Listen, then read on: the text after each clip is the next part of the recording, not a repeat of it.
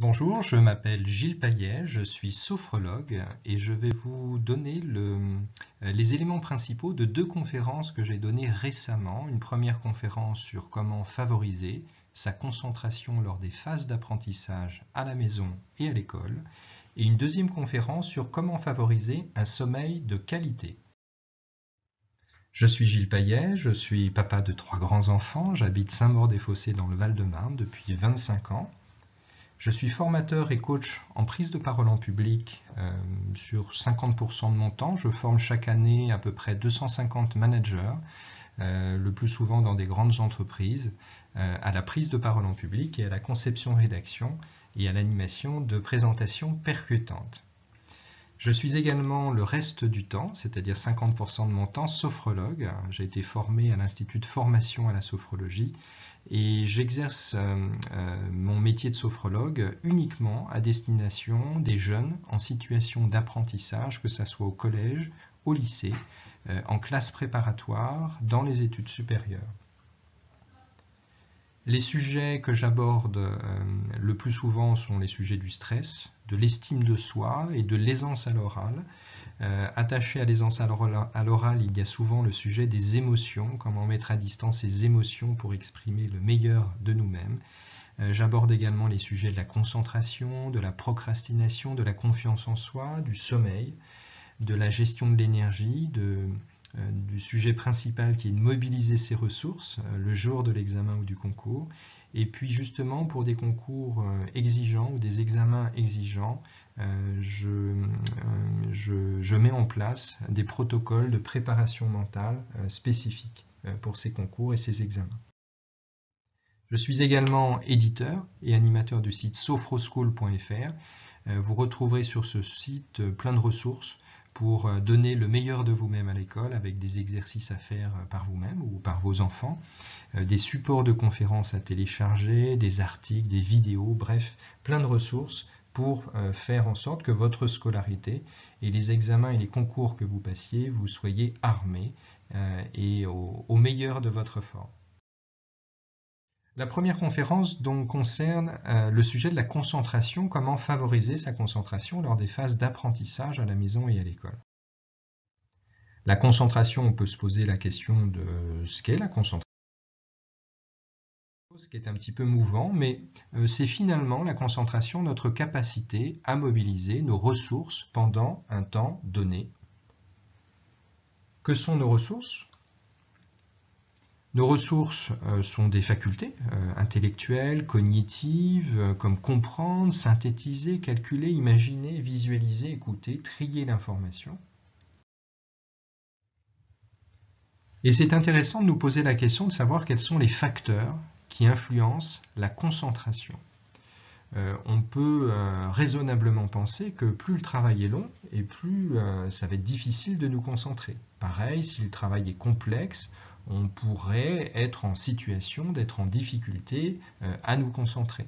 De la même façon, si la tâche à faire, l'exercice ou le devoir à préparer ou la leçon à mémoriser, si vraiment cette leçon est tout à fait ennuyeuse pour nous, ça va être très compliqué de nous concentrer. Et de la même façon, si au moment où vous avez à faire ce travail en concentration, votre environnement immédiat vous stresse, est oppressant, vous avez une charge mentale importante, eh bien ça va être difficile de vous concentrer. Si on s'attaque à la stimulation sensorielle,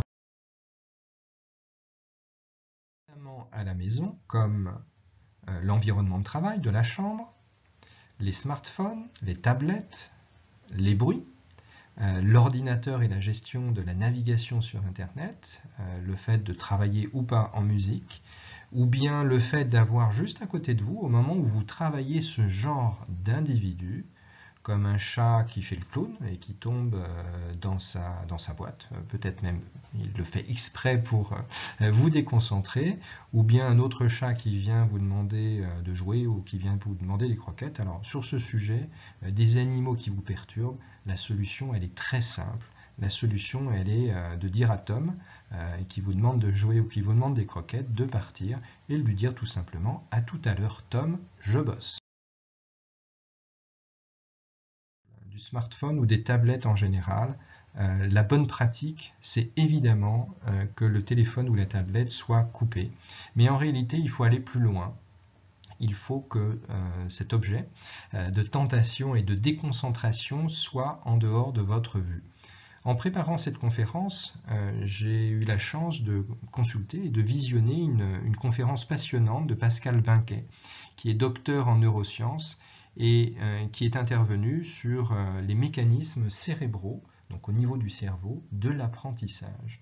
Et il a démontré que la simple présence visuelle sur sa table de travail d'un portable éteint nous rendait moins performants. La bonne pratique sur votre espace de travail, c'est d'avoir un espace de travail 100% dédié à la tâche à faire. Ça signifie que lorsque vous bossez les maths, dédiez votre table de travail et votre espace visuel aux mathématiques. Mettez de côté tous les cahiers, les livres de géo, d'anglais, de français, d'histoire et tous les autres également, mettez-les vraiment de côté. Il ne faut pas qu'ils vous perturbent visuellement. Je reprends l'exemple des maths. Si vous êtes en train de faire un exercice, vous avez le cahier d'histoire géo qui est juste à côté de vous et vous le regardez à un moment donné de l'exercice de maths et puis vous pensez à ce devoir que vous aurez à faire dans 3 jours sur la géo, que vous êtes super en retard, qu'il va falloir dessiner des cartes, etc. Et quand votre cerveau pense au contrôle de géo qu'il y a 3 jours après, eh bien je peux vous garantir que ça va être très compliqué pour vous reconcentrer sur l'exercice de maths que vous étiez en train de faire au moment où votre œil a vu ce livre de géographie.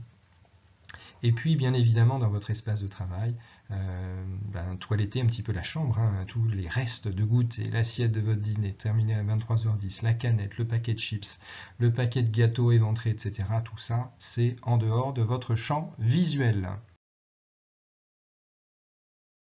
Sur Internet, c'est intéressant, là pareil, c'est le même principe que pour l'expérience des smartphones éteints de Pascal Binquet. Vous fermez en fait tous les autres onglets qui sont les autres onglets par rapport au site que vous êtes en train de consulter. Sinon, c'est le même effet de dispersion que le chat ou que le livre d'histoire géo ou que le paquet de chips ouvert. Eh bien, votre cerveau va y penser, va être détourné de l'attention de ce que vous faites au moment où vous le faites et vous serez plus lent dans votre navigation Internet parce que vous allez vous allez penser à ces autres onglets ouverts.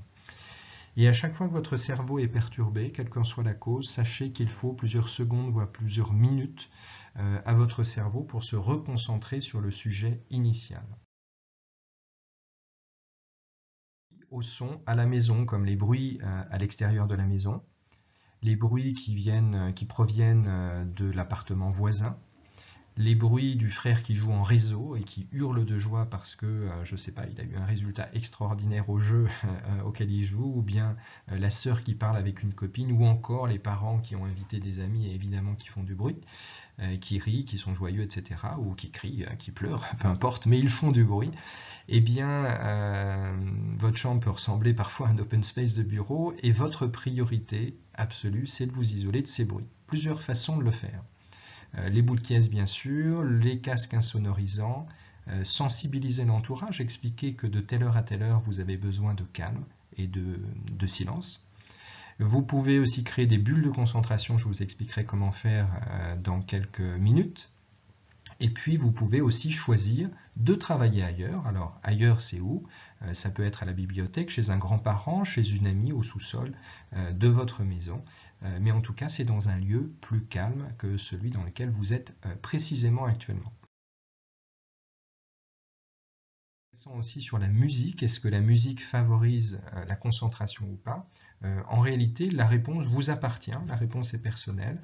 Vous pouvez choisir d'écouter de la musique classique, de la musique, vous savez, sur Internet, vous avez des espèces de radios qui diffusent en permanence des musiques plutôt calmes, des musiques chill comme le canal Lofi Hip Hop. Ça peut être de la musique jazz. Peut-être que les musiques à éviter, en tout cas de vous poser la question, les musiques à texte. Si vous avez des musiques à texte, vous réfléchirez au texte, et si vous réfléchissez au texte, vous n'êtes plus dans le devoir ou la révision qui est la vôtre. Les musiques trop stimulantes ou trop émotionnelles sont sans doute évidemment à éviter. Et notez quand même que la musique peut être une ressource intéressante lorsque justement votre environnement est bruyant. Le fait de vous mettre des écouteurs et de créer cet espace, cet environnement musical peut être une bonne façon de vous couper justement des bruits perturbateurs autour de vous. 4 autres approches que je trouve intéressantes pour favoriser la concentration. La première approche, c'est un exercice qui va vous prendre 1 minute avant une révision ou avant un exercice. Prenez une feuille de papier et notez sur cette feuille de papier tout ce qui vous vient à l'esprit par rapport soit à la révision, soit à l'exercice que vous avez à faire. Alors, ce que vous pouvez noter, c'est des noms communs, c'est des verbes, c'est des adjectifs, c'est des noms propres, ce sont des dates, ce sont des chiffres, ce sont des théorèmes, ce sont des définitions, bref, tout ce qui vous vient à la tête sur le sujet qui va être le vôtre après cette minute de préparation mentale. Ce que vous faites en faisant cela, en sauvant 1 minute avant votre travail, eh bien, c'est de préparer tout simplement votre cerveau au sujet et de préparer votre cerveau à la concentration. Autre exercice intéressant, lorsque vous avez un travail qui est très long à faire et du coup qui est un petit peu décourageant, eh bien l'idée c'est quoi? C'est la méthode Kaizen, c'est de décomposer votre objectif principal en plein de petits travaux sur lesquels la concentration sera beaucoup plus facile. Autre exercice intéressant, le matin même d'une suite de cours, ou bien la veille au soir, mais le matin c'est pas mal, c'est de relire en fait la dernière leçon de la matière que vous aurez à 8h, à 9h, à 10h. C'est une bonne façon, encore une fois, de remobiliser votre cerveau sur les informations précédentes et ça vous permettra d'être plus concentré lorsque vous écouterez votre professeur. Dernière approche que je trouve vraiment très intéressante dans la situation où ce que vous avez à faire vous ennuie profondément. L'idée c'est quoi? C'est de remettre du plaisir, c'est de stimuler votre cerveau de façon à faire en sorte qu'il soit plus concentré pendant votre travail. Alors l'idée c'est quoi? Vous voyez, ça peut être sur un texte en anglais à apprendre ou peu importe en français. Vous allez rapper, vous allez vous amuser dans votre voix à lire ce texte et à l'apprendre en rappant. Vous pouvez faire, je sais pas, une révision d'un contrôle à venir en faisant pourquoi pas du gainage, en faisant une sorte de plaidoirie, pareil dans votre voix. Vous pourriez le faire aussi sous un autre angle plutôt que de prendre votre cours, de faire une recherche sur internet pour voir s'il n'y a pas des tutoriels dont l'approche pédagogique serait supérieure ou plus intéressante que la façon dont votre professeur vous a transmis l'information. Donc l'idée là, c'est de remettre du plaisir dans votre façon d'apprendre. Quelques exercices de sophrologie. Premier exercice. Ce premier exercice est super intéressant à faire, il va vous prendre 1 minute environ. L'idée c'est quoi? C'est que vous vous installez derrière votre table de travail, le dos droit, les pieds posés à plat sur le sol, les mains ou les avant-bras posés sur le bureau ou posés sur vos cuisses. Prenez vraiment la position la plus confortable. Et puis je vous invite à fermer les yeux et à porter votre attention sur votre respiration, des inspirations lentes et profondes, suivi d'expirations lentes et profondes, et vous faites l'exercice 3 fois, avec l'idée d'installer le calme en vous et de préparer votre corps et votre cerveau à travailler en concentration. Puis, toujours les yeux fermés, vous pensez au mot concentration. Vous le visualisez devant vous, au-dessus de votre tête. Vous visualisez toutes les lettres du mot. Et je vous invite à poursuivre votre respiration lente et profonde, toujours les yeux fermés. Vous inspirez lentement et profondément, comme si vous inspiriez la concentration. Et à l'expiration, vous diffusez la concentration dans tout votre corps, de la tête jusqu'aux pieds, en passant par le cou, les épaules, les bras, la poitrine, le dos, le ventre, le bassin, les jambes, jusqu'à vos pieds. Et vous faites l'exercice 3 fois. Autre exercice à faire à la maison, avant de commencer une révision ou un exercice, pareil, cet exercice va vous prendre 1 minute. Vous allez avoir une bulle qui va monter, et pendant que cette bulle va monter, elle va monter sur 5 secondes, eh bien je vais vous inviter à inspirer, et lorsqu'elle redescendra, je vous invite à expirer. Vous êtes prêts? C'est parti. Inspirez lentement, à votre rythme. Et expirez lorsque la bulle redescend. On va le faire 6 fois. Vous inspirez lentement. Et vous expirez lentement. Inspirez lentement et profondément. Et expirez en soufflant par la bouche, comme si vous souffliez dans une paille. Vous inspirez. Vous expirez. Vous inspirez. Et vous expirez.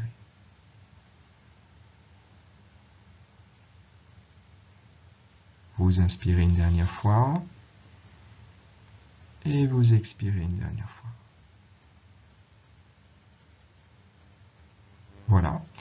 Cet exercice prend à peu près, donc c'est 5 secondes à l'inspire, 5 secondes à l'expire, donc 10 secondes par respiration complète. Vous le faites 6 fois, ça fait 60 secondes, 1 minute. Et en faisant cet exercice systématiquement avant chaque exercice à la maison, vous pourriez le faire le jour d'un examen également, c'est discret, hein, vous êtes devant votre bureau, vous fermez simplement les yeux et vous faites l'exercice pendant 1 minute, vous apporterez du calme et de la concentration à votre cerveau. Un exercice à faire sur le travail et l'école ou le centre d'examen si vous passez un examen. C'est l'exercice que j'appelle de la marche respirée. Vous inspirez sur 5 pas et vous expirez sur 5 autres pas.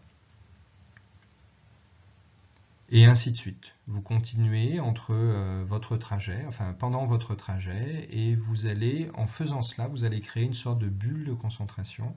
Et le fait de vous caler sur vos pas, c'est une sorte de compteur facile qui vous aidera à faire l'exercice.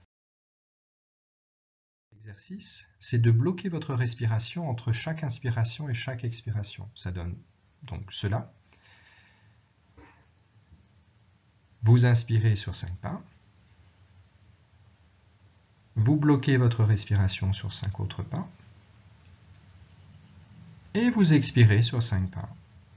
Et de la même façon, vous poursuivez cette respiration à votre rythme, avec l'idée de trouver le nombre de pas idéaux. Par exemple, lorsque je fais moi-même cet exercice, j'inspire plutôt sur 10 pas et j'expire sur 15 pas. Si je veux me plonger dans un état de concentration très profond, eh bien je fais 10 et 15. Voilà, et je ne retiens pas ma respiration.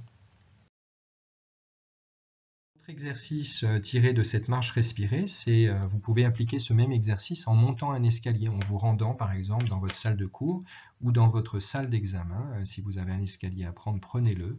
Là de la même façon, vous inspirez par exemple sur 3 marches et puis vous expirez sur les 3 suivantes et vous continuez à faire ainsi.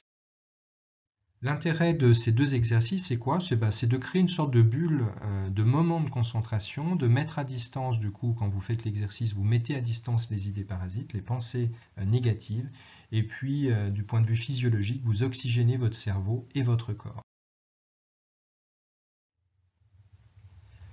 Autre exercice à faire à l'école.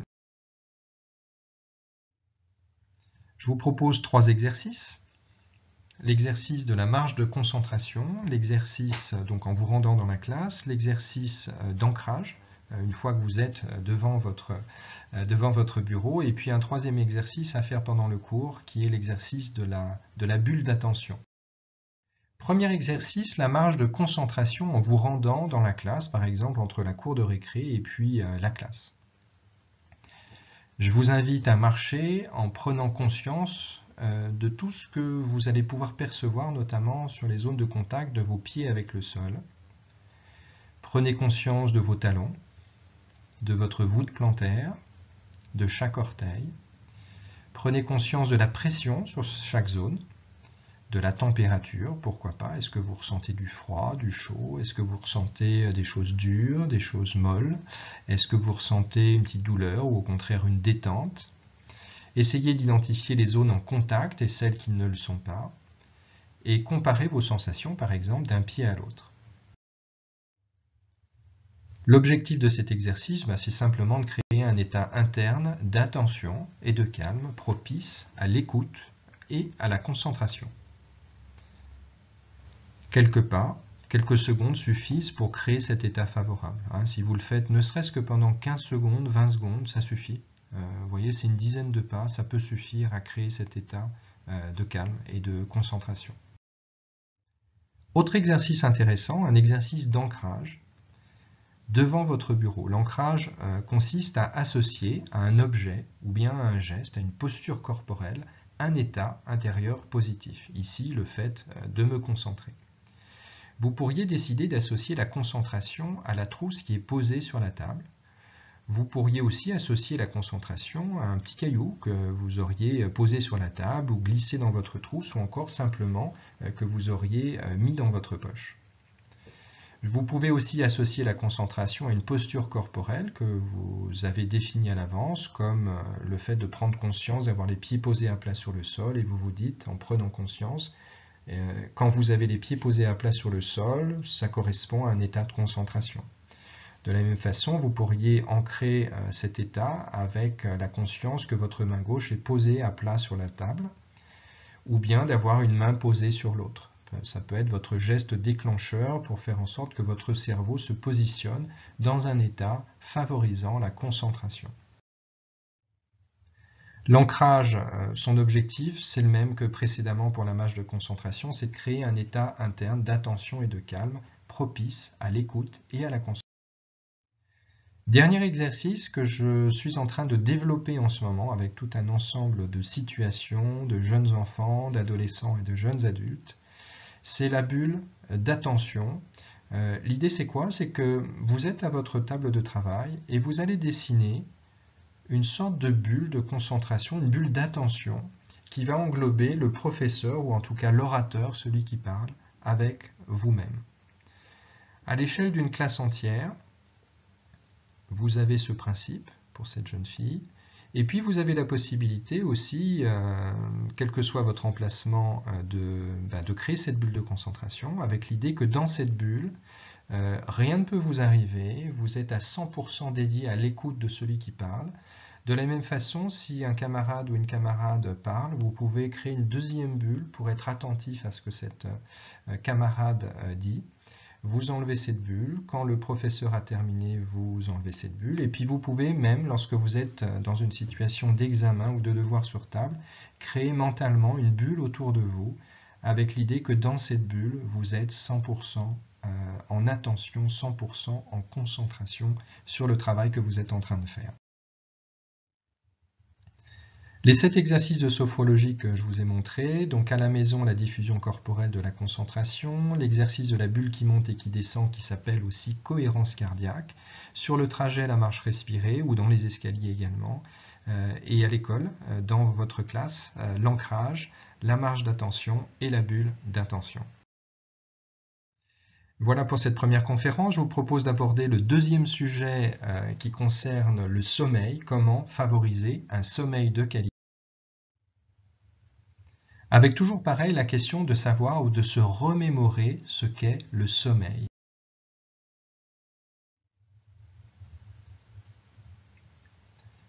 Le sommeil comporte 4 étapes, du moins au début, et ensuite 3 phases.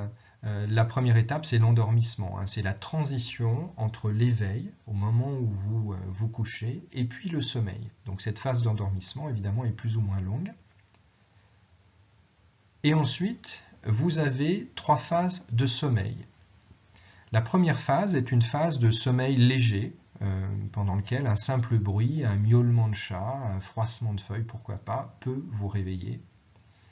La deuxième phase est une phase plus longue, qu'on appelle le sommeil profond, au cours duquel il est difficile de vous réveiller. Et il y a une troisième phase qui correspond au sommeil paradoxal, avec une activité cérébrale intense, et c'est le moment des rêves. Alors juste pour la petite histoire, on parle de sommeil paradoxal en rapport avec le paradoxe qu'il y a, ou l'opposition qu'il y a entre une activité cérébrale très intense et un repos du corps. Donc il y a une sorte d'immobilité du corps, et le paradoxe c'est que pendant cette immobilité et pendant cette troisième phase du sommeil, le cerveau, lui, est très actif. Chacune des 3 phases dure, la première à peu près 20 minutes, la seconde, la deuxième, le sommeil profond, à peu près 50 minutes, et le sommeil paradoxal à peu près 20 minutes, pour un ensemble d'1h30 qui correspond à un cycle de sommeil. On l'estime, vous voyez, en moyenne entre 90 et 100 minutes, c'est-à-dire 1h30, 1h40 pour chaque cycle. Que font nos ados lorsque nous dormons, quand nous-mêmes nous dormons, ce qui n'est pas toujours le cas non plus?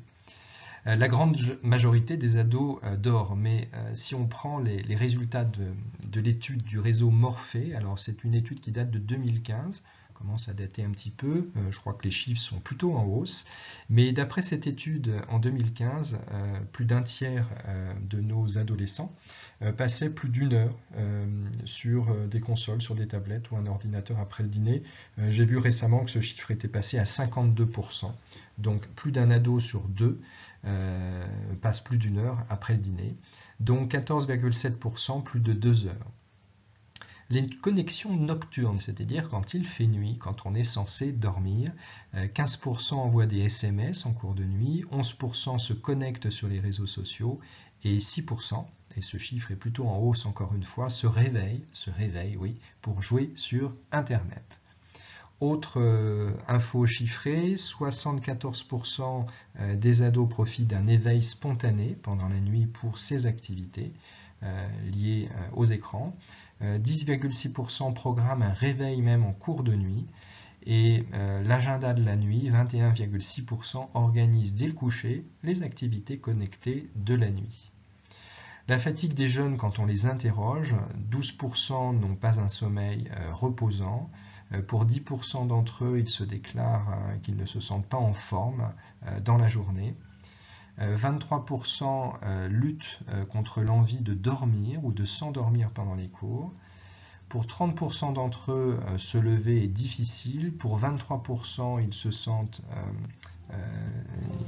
sentent irritables dans la journée. Et pour 58%, ils ont beaucoup de mal à se lever le matin. Donc ces chiffres concernent le sommeil des adolescents et des jeunes en général. Quelques éléments négatifs, évidemment, les écrans, on vient d'en parler, et la lumière bleue des écrans, que le cerveau interprète comme étant la lumière du jour. C'est pour ça que les écrans et la lumière bleue le soir sont vraiment à prohiber, parce que le cerveau, en fait, est piégé, entre guillemets, et ça peut perturber le cycle de production ou retarder ou diminuer la production de mélatonine qui est cette ressource essentielle et favorable à l'endormissement et au sommeil de qualité. Les écrans et les jeux, comme les écrans et les échanges la nuit, SMS, chat, etc., messagerie instantanée, procurent une stimulation intellectuelle, des émotions qui ne sont pas propices évidemment au sommeil.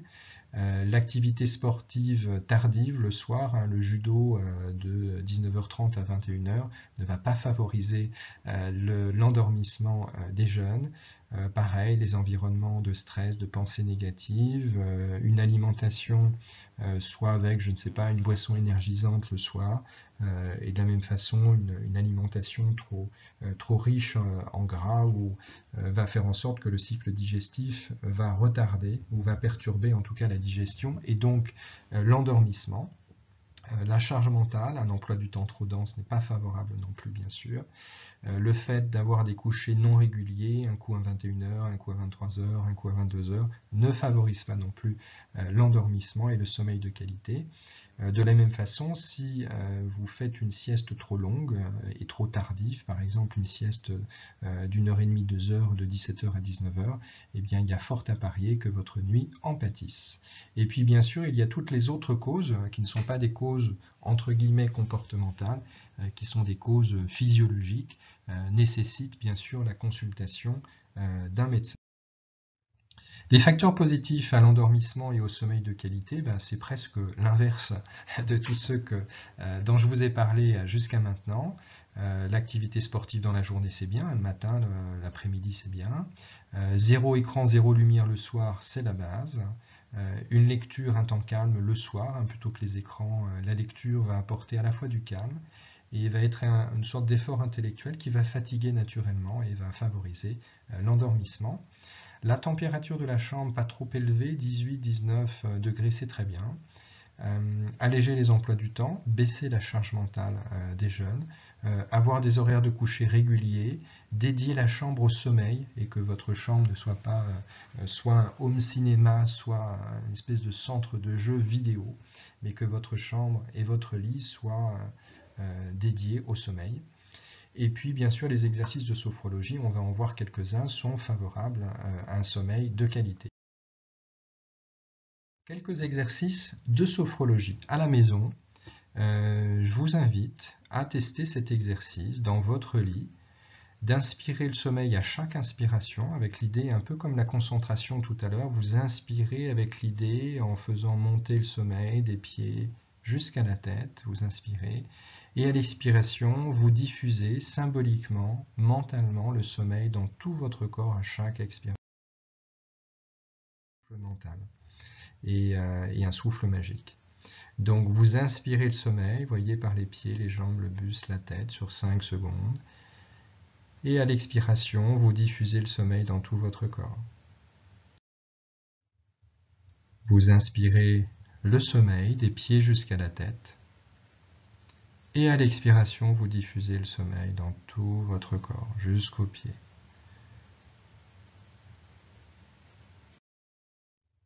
Vous inspirez à nouveau le sommeil. Et vous expirez ce sommeil en le faisant passer par votre tête, votre poitrine, votre bassin, vos jambes, jusqu'aux pieds. Premier exercice d'inspiration et d'expiration du sommeil. Un autre exercice assez proche, mais qui est différent, qui va porter sur la sensation de pesanteur, de lourdeur des différentes parties de votre corps. Vous allez prendre conscience de cette pesanteur à chaque nouvelle expiration.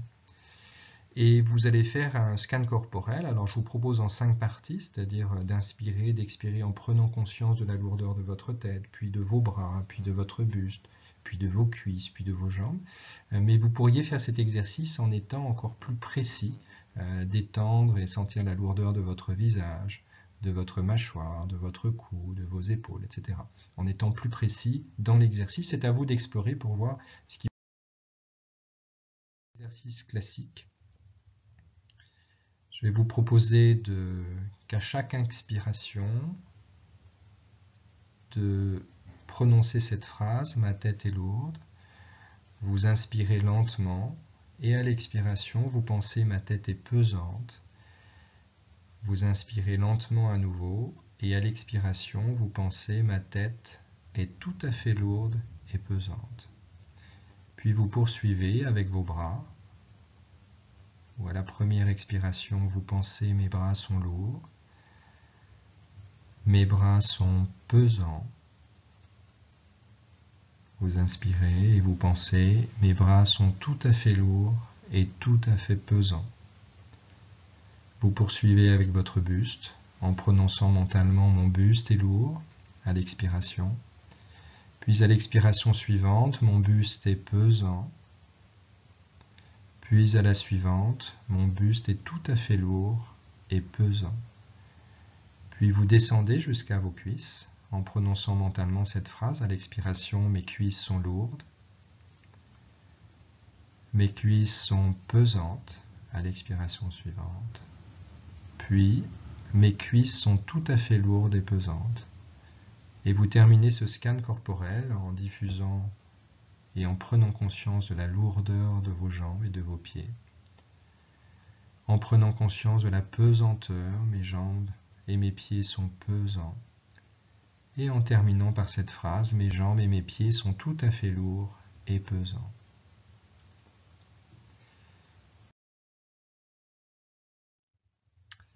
Un autre exercice intéressant qui est un exercice d'auto-hypnose. Vous êtes tranquillement installé dans votre lit. Alors cet exercice sert pour l'endormissement, mais il sert également pour les rendormissements, si jamais vous avez un réveil nocturne. Je vous invite à fixer un détail devant vous, un point sur le mur, l'angle d'une fenêtre, un détail. Et puis d'inspirer les yeux ouverts. Regardez bien les yeux de la jeune femme qui est allongée. Et vous inspirez donc les yeux ouverts tranquillement. Et à l'expiration, vous fermez les paupières. Vous inspirez à nouveau en levant les paupières. Et vous fermez les paupières à l'expiration. Vous levez les paupières à l'inspiration. Et vous les fermez à l'expiration. Respiration. Et lorsque vos paupières deviennent trop lourdes, trop pesantes pour les soulever à nouveau. Quand votre corps, quand votre esprit commence à se détendre profondément, vous poursuivez votre respiration en laissant vos paupières fermées.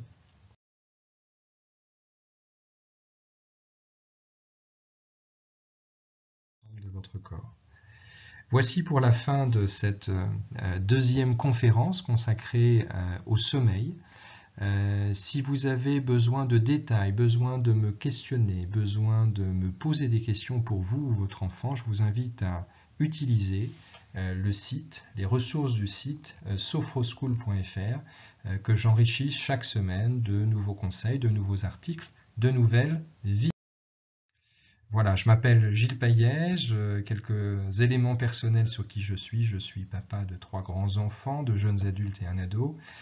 Je suis formateur et coach en prise de parole en public, ça c'est 50% de mon activité, de mon temps passé, de mon temps professionnel. Et le reste du temps, je suis sophrologue avec une pratique 100% dédiée aux jeunes en situation d'école, d'apprentissage, de passer des concours, que ce soit au collège, au lycée, dans les classes prépa, dans les études supérieures. Les sujets que j'aborde sont les sujets du stress, de l'estime de soi, de tous les sujets qui sont listés devant vous. Comme vous le savez maintenant, j'anime et j'enrichis chaque semaine un site qui s'appelle sophroschool.fr avec des exercices à faire par vos enfants, par vous-même, des supports de conférences à télécharger, des articles et des vidéos utiles. Sophroschool.fr. Je vous dis à bientôt pour une nouvelle conférence.